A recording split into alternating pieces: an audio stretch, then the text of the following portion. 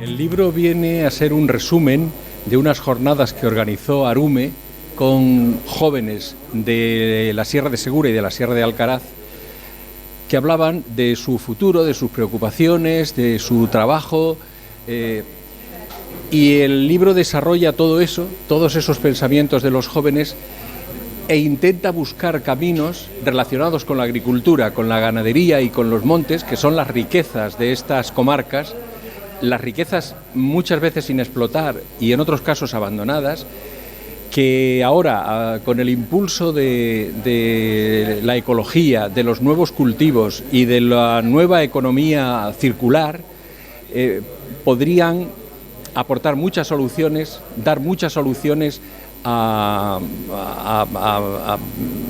trabajo de los jóvenes, a la vida en los pueblos, enriquecer la vida de los pueblos y proporcionar trabajo a los jóvenes, a las chicas y a los de mediana edad. En fin, yo creo que estamos en un momento en que se puede dinamizar muchísimo la economía de pueblos como los nuestros, y para evitar la despoblación hay que dar estímulos a la gente para que se quede. Y yo creo que los estímulos están ya, lo que hay que hacer es explotarlos. Está la ganadería, está la agricultura y están los montes, que están sin explotar. Los montes de estas sierras son magníficos, pero solo nos sirven para hacer excursiones y poco más. Y sin embargo, los montes tienen muchas posibilidades, los montes bien cuidados pueden generar mucho trabajo, pueden generar empleo y puede evitarse además que se incendien, como ocurre en otros muchos sitios. Yo creo que el cambio climático puede abrirnos posibilidades en lugares como estos, en la Sierra de Segura y en la Sierra de Alcaraz, en la Sierra de Cazorla, en estos sitios privilegiados, si con el impulso del cambio climático nos convencemos de que podemos cambiar las formas de cultivar la tierra, las formas de criar ganado, y de cuidar los montes, creo que se nos abre un buen futuro. Sí, la asociación es el tercer libro que editamos, es una de nuestras actividades principales, que cada año editamos un libro en que se aborda una parcela, una problemática, una faceta de relevancia para el mundo rural, y de forma muy especial para el mundo rural próximo, ¿no? Para las zonas estas de montaña, como la Sierra de Segura, como la Sierra de Alcaraz. Tenemos presencia en la Junta Directiva y de bastante gente de Alcaraz, incluido el vicepresidente de la asociación. Y bueno, este año ha tocado la problemática de los jóvenes, que evidentemente pues parece de absoluta prioridad encontrar soluciones para que los jóvenes se queden en sus municipios rurales. Bueno, a ver, este tipo de asociaciones ya se sabe que no tienen, que no son de carácter masivo, que la participación es, no decir reducida, pero sí, no en ningún momento son multitudinarias, ¿no? Pero hemos abordado de muchos temas de interés, y yo concretamente casi me atrevería a colgarnos algo de medalla en la última reforma de la PAC, porque aquí hemos tratado muy en profundidad y con las organizaciones agrarias, con UPA, con Asaja y con COAC, la problemática del olivar de montaña, y cómo creíamos que entendíamos que tenía que haber un trato diferenciado, una discriminación positiva hacia este olivar de montaña, y la nueva PAC lo recoge. No digo que sea por nosotros, pero bueno, nos apuntaremos un poquillo por si acaso. Desde luego, a ver, yo creo que los políticos se ocupan del mundo rural, se preocupan. Lo que sin embargo ocurre es que la población tiene la sensación de que no se ocupan en absoluto, y ahí hay un gran problema. Es decir, es verdad que se ocupan lo suficiente, que podrían hacerlo más, evidentemente yo creo que sí, pero sobre todo también tendrían que ver la forma de adaptarse, de llegar a la sociedad rural con su mensaje, y de adaptarse a lo que es la idiosincrasia rural, que yo creo que ahí sí que están los políticos muy alejados. Es decir, pueden hacer cosas importantes, pero la mayoría de las veces no se cuenta con la opinión de las bases de la población rural, y si se hacen cosas, como insisto, luego no se logra trasladarlas adecuadamente.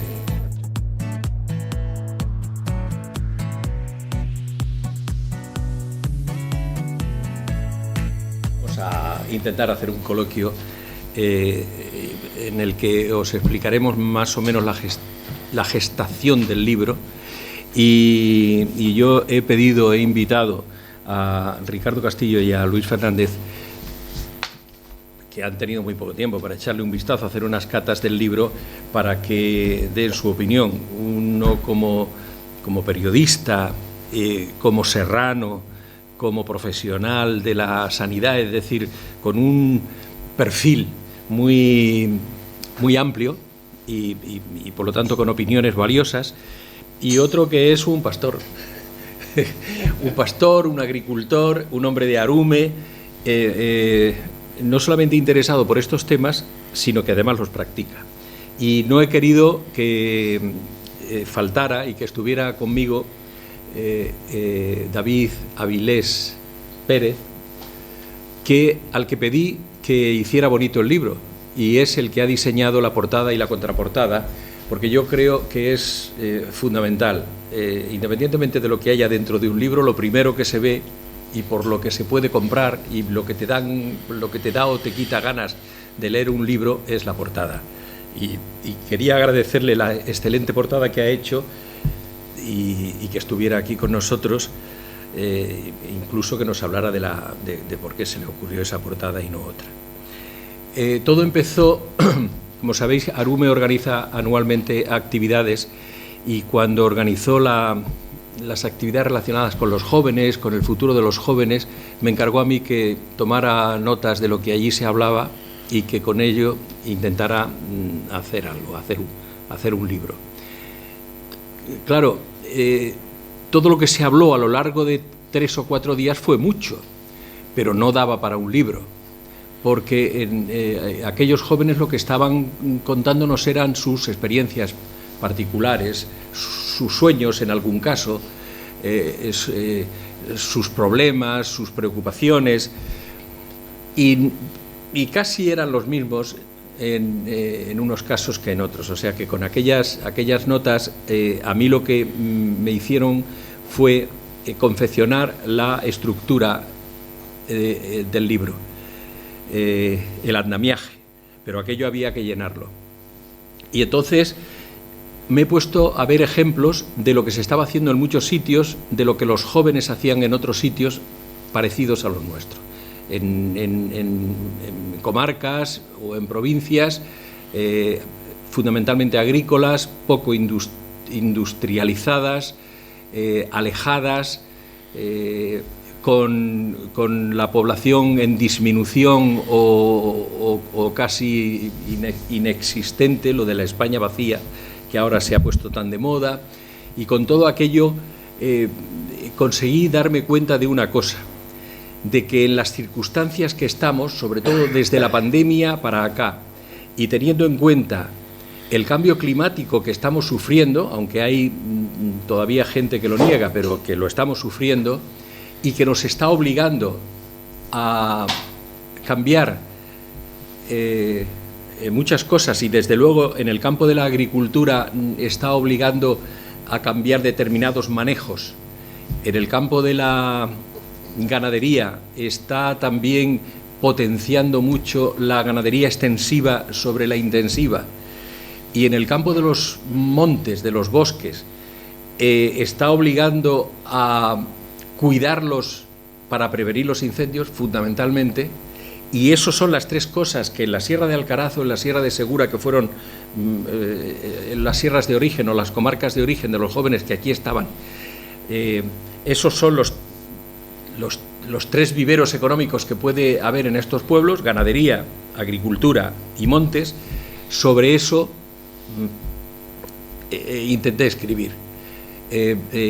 Busqué documentación, hablé con gente, miré ejemplos, y ahí lo plasmo. En realidad tengo muy poco que decir porque todo lo he dicho ahí, y además lo que he dicho casi se me ha olvidado ya.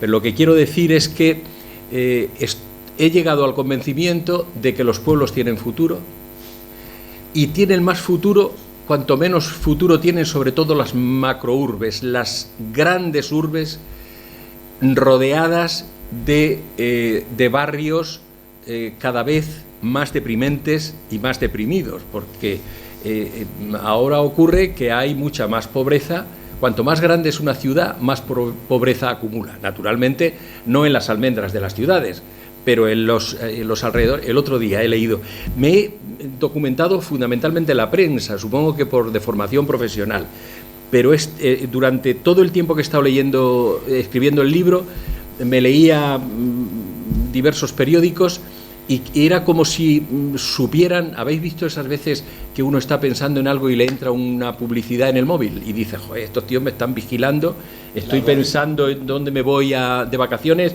y me entra un anuncio de Benidorm? Pues a mí me pasaba un poco eso. Miraba periódicos y me entraban pistas, entraban reportajes, entraban artículos sobre aquello que estaba escribiendo. Entonces, en los periódicos he visto durante todo este tiempo, naturalmente hablaban de legislación y de todas las medidas que las administraciones están tomando para favorecer el que empiece a haber vida en los pueblos, en que dejen de vaciarse,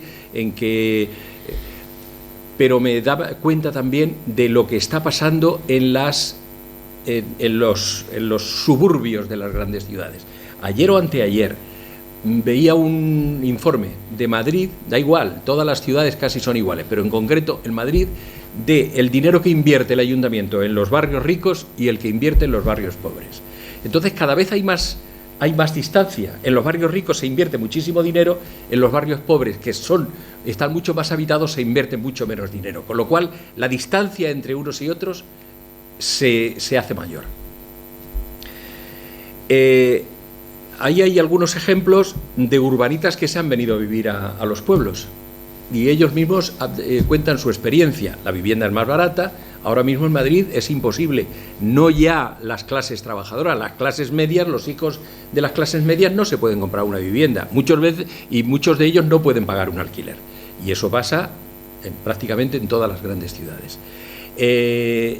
Los que hablan ahí en el libro, porque participaron en las jornadas, hablaban de la calidad de vida, de lo fácil que es vivir en una buena casa en un pueblo, de las distancias o la falta de distancia entre los servicios mínimos. Ahí se habla de un proyecto ahora muy importante que llaman la ciudad de los 15 minutos, y es que se pretende que la gente que vive en la ciudad tenga todo lo necesario a menos de 15 minutos o a 15 minutos de distancia de su casa andando. Eso ya lo tenemos en los pueblos, no hay que inventar nada, lo tenemos. Lo único que tienen que hacer es... y luego, las posibilidades he podido comprobar, simplemente observando mapas, la cantidad de tierras abandonadas a partir de los años 60 con la revolución de los fitosanitarios y los cambios agrícolas, la cantidad de tierras abandonadas, de montes abandonados, etcétera, etcétera, que puede ocurrir una cosa: si no se forman pequeños núcleos de agricultores y jóvenes que se animan a ir poniendo en explotación todas esas tierras abandonadas, las van a comprar multinacionales, las van a poner en explotación intensiva, las van a arruinar, y 15 años después se van a ir con ese dinero, con esa inversión, a otro sitio para invertir en otra cosa, que es lo que está ocurriendo. Bueno, de todo eso, y quizá de una manera tan desordenada como yo os lo estoy contando aquí, es de lo que trata el libro. Hay una primera parte en la que he hecho un poco de historia sobre por qué hemos llegado a esta situación, y luego hay una segunda parte donde no es que yo dé soluciones. Yo no soy un experto, lo digo varias veces, yo no puedo escribir un libro de agricultura o de ganadería porque no sé de eso. Lo que soy es un periodista que busca fuentes y aprovecha lo que dicen otros y lo que escriben otros. Me decía Luis Fernández hace un momento que él recordaba cómo las aldeas se abandonaban porque no tenían luz y agua. En el curso 67-68, que yo fui maestro de los Pascuales, no había luz ni agua en los Pascuales. Yo, que tenía una clase de adultos y daba la clase por la noche, la daba con una lámpara de butano. La lámpara de butano, que era lo mejor de la aldea, porque las casas tenían candiles. en el año 67-68, claro, la gente huía de eso, pero huía de más cosas, huía de más cosas.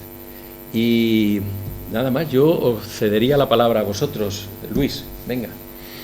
Bueno, buenos días y felices Pascuas, como decía el compañero de Caja Rural.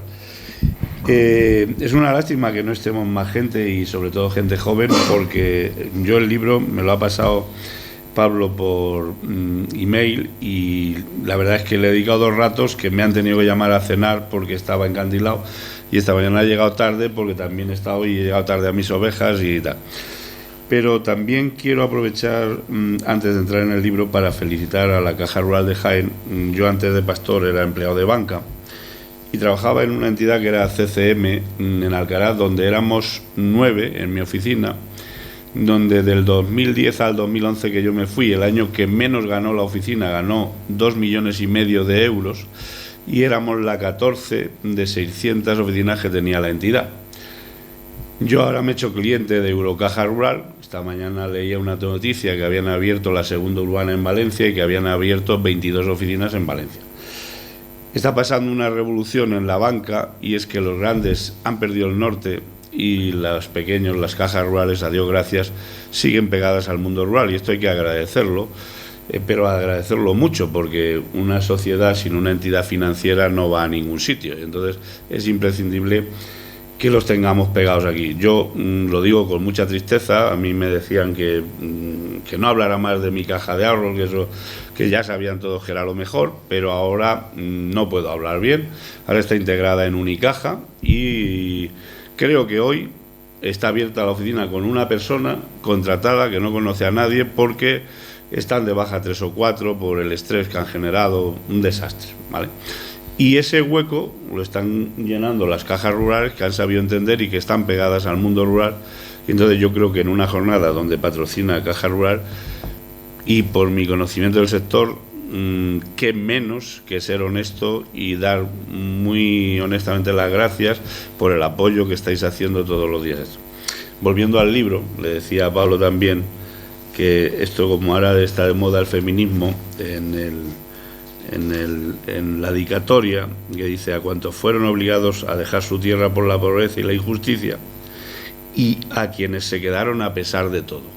Yo cambiaría eso, a quienes se quedaron a pesar de todo, y es a quienes se quedaron gracias a Dios, porque estoy súper convencido de que en el mundo rural se vive mucho mejor que en la ciudad por 1000 cosas. Yo tengo 6 hijos, ninguno vive en una ciudad, y a todos les va de maravilla económicamente y no han tenido ningún problema y están encantados. Incluso la sexta estaba preparando posiciones a inspectora de Hacienda y un buen día lo dejó.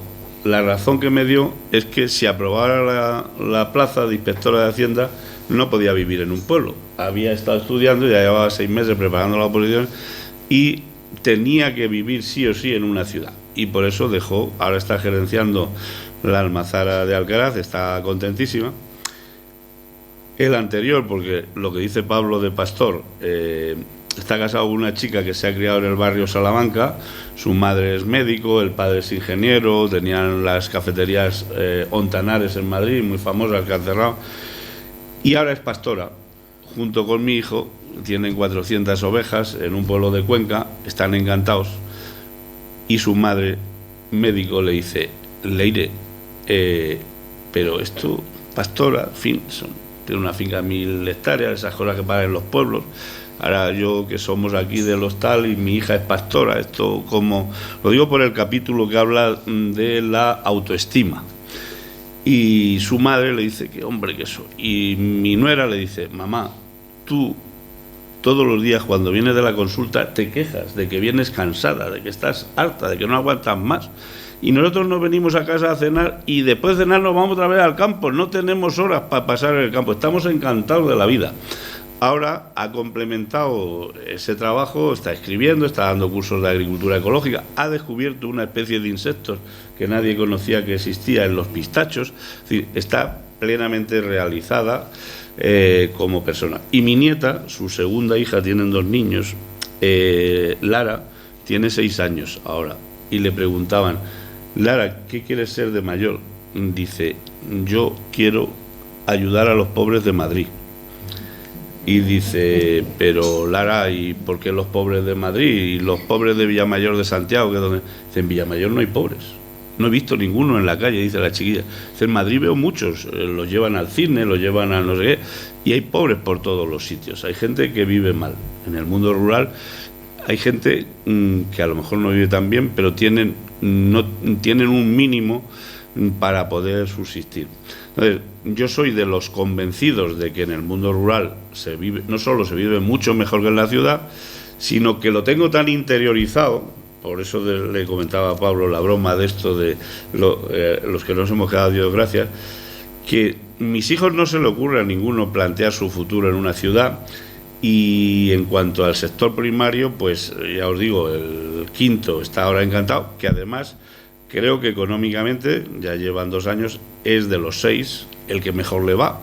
Y tengo una que es arquitecta, que está haciendo un proyecto ahora en Alemania, otra que es ambientóloga y lleva el departamento de una multinacional y bueno, y tiene despacho en la Castellana y así pero este me dijo, papá, no me ayudes, tú explícame cómo funciona la PAC. Ahora sabe mejor que yo cómo funciona la PAC, se lo ha organizado con drones, con pastores eléctricos, con GPS, todos le decían, oye, esto de ser... Y ahora el guarda, que era el pastor anterior de la finca, le dice, así sí, es que yo no sabía que esto se podía hacer así. Es decir, se puede volver al campo con otras condiciones, tener una vida tranquila, cómoda, se vienen de vez en cuando 2 días o se van 5 días a la playa, no hay problema, y se puede vivir del sector primario. Y desde luego, igual que creo que va a pasar en banca, que las cajas rurales le van a comer el bocadillo a los grandes bancos, creo que el mundo rural le vamos a comer el bocadillo a la ciudad. Falta una cosa que sí o sí se va a producir. Yo creo que la moneda del futuro no va a ser ni el euro, ni el dólar, ni el yuan chino, ni ninguna de esas, sino que va a ser los créditos de carbono. El que contamina paga, el que secuestra cobra.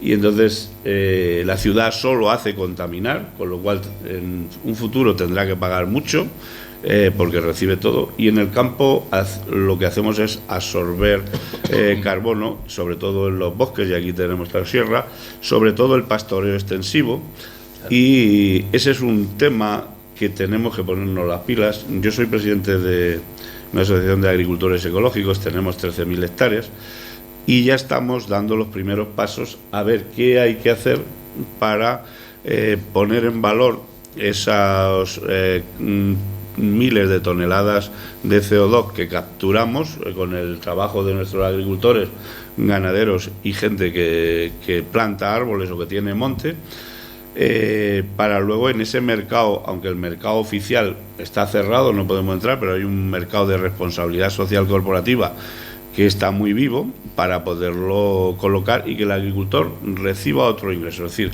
lo que hemos hablado algunas veces en esta mesa de los servicios a la sociedad que hace el bosque, la ganadería y la agricultura, que empiecen a revertir.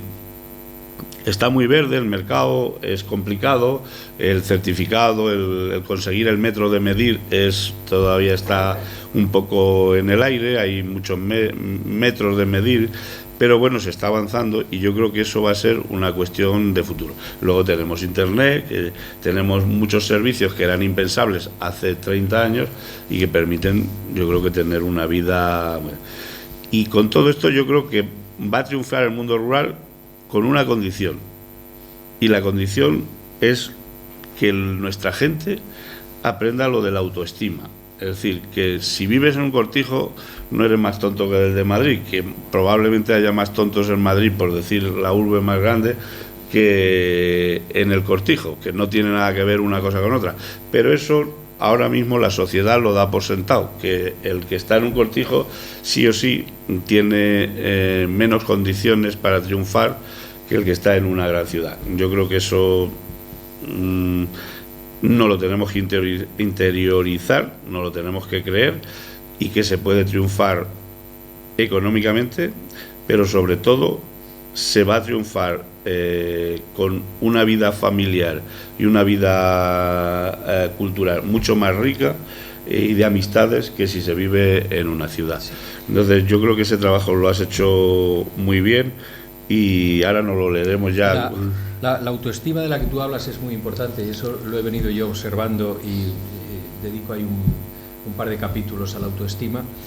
Y la formación. Es imprescindible que los jóvenes del campo se formen, porque no hay ningún interés cultural. Los jóvenes que participaron en aquellas jornadas de las que va el libro, no hay ninguno aquí. No tienen... Da la impresión de que para trabajar en el campo lo único que hay que ser es del campo, hijo de agricultor, etcétera, etcétera. Y mientras no se formen no puede haber innovación, y si no hay innovación no puede ocurrir nada, no puede cambiar absolutamente nada si no se forman. Porque para aplicar las nuevas tecnologías, todo eso que dice Luis, para ser un pastor y utilizar un dron y utilizar GPS, etcétera, etcétera, todo eso hay que saberlo, porque si no lo único que haces es seguir corriendo detrás de las ovejas. La formación es fundamental. Sí. Ricardo. Muy buenas a todos y todas. Yo suscribo lo que Luis decía. Apoyar empeños como este pues es algo loable y algo muy necesario. Arume lo viene haciendo, Caja Rural también, por supuesto, y yo creo que después de leer este trabajo tuyo, Pablo, creo que aquí se marcan unos pasos muy claros, hay que atreverse con ellos y la iniciativa de Arume de convocar a esos jóvenes, trabajar unos días y luego darle tu forma con tu impronta periodística y esa documentación tan extensa, tan actual. Yo he leído este trabajo tuyo, este libro, como se lee un artículo científico. Bueno, es que están ocurriendo estas cosas. Mencionas incluso disruptores endocrinos, ¿no? El bifenol A, que lo estamos ingiriendo cada día y que está apareciendo por todos lados. Las consecuencias sobre la salud. Me ha encantado el primer capítulo, el repaso histórico. Hay que situar las cosas y lo has hecho fenomenal. Luego, hablando del mundo rural, se viene hablando de despoblación y de repoblación ya. Bueno, en Santiago Pontones se hizo el 24 de junio una jornada literaria sobre repoblación, donde estuvo Sergio de Molino, estuvieron autores de toda España, periodistas, estuvimos muchísima gente y eso de los 15 minutos, la ciudad de los 15 minutos, ya se hablaba, pero que no se nos venga abajo lo que tenemos, ¿no?, en los pueblos. Y luego me ha encantado ver cómo aparecen Emilio, Carlos Morcillo, cómo está Luis y Pepa, cómo están los jóvenes que han emprendido y que les va muy bien, con sus dificultades para ponerse en marcha, quienes les orientan, cómo se hacen las cosas. Y yo creo que tenemos un trabajo aquí que deberían aplicárselo todos los que tienen responsabilidades públicas. Por aquí hemos visto pasar, cuando David se refería al trabajo sobre la paz, pues bueno, expertos, gente muy avezada, ¿no? Y siempre decían eso, que los que están en los ministerios y los que están en la Unión Europea, en Bruselas, etcétera, los comisarios, etcétera, parece que no les llegaban las cosas, ¿no? Bueno, pues sí, la paz en su evolución de 60 años, como tú describes, está recogiendo lo que la impronta de la actualidad, de la realidad, de los cambios, de la evolución, nos están demandando. Y este espejo tenemos que ponérnoslos todos delante y ver cómo hacemos para seguir en la brecha, ¿no? Y conseguir que ese renacimiento que tú mencionas sea una realidad, ¿no? Porque digamos que el mundo como que se está, igual que la tierra, se está quedando vana, se está quedando infértil y lo hemos hecho nosotros. La mano del hombre castiga muy duro, hombre blanco, joderlo todo, y aquí queda plasmado, ¿no? Yo creo que las herramientas que tenemos que usar están descritas muy bien. Te felicito por el trabajo, que está documentadísimo y luego con esa agilidad literaria tuya para saber lo que lo que vas a contar y que atraiga y que sea certero, que sea científico. Me ha encantado el trabajo y te felicito de corazón, Pablo. A David lo puse en un compromiso porque le pedí... Yo conozco muchas... David es tan humilde que muy poca gente sabe que es un fotógrafo magnífico, pero magnífico. Y yo conocí algunas fotos de David que todas me gustaban. Entonces me atreví a decirle que por qué no hacía la portada del libro.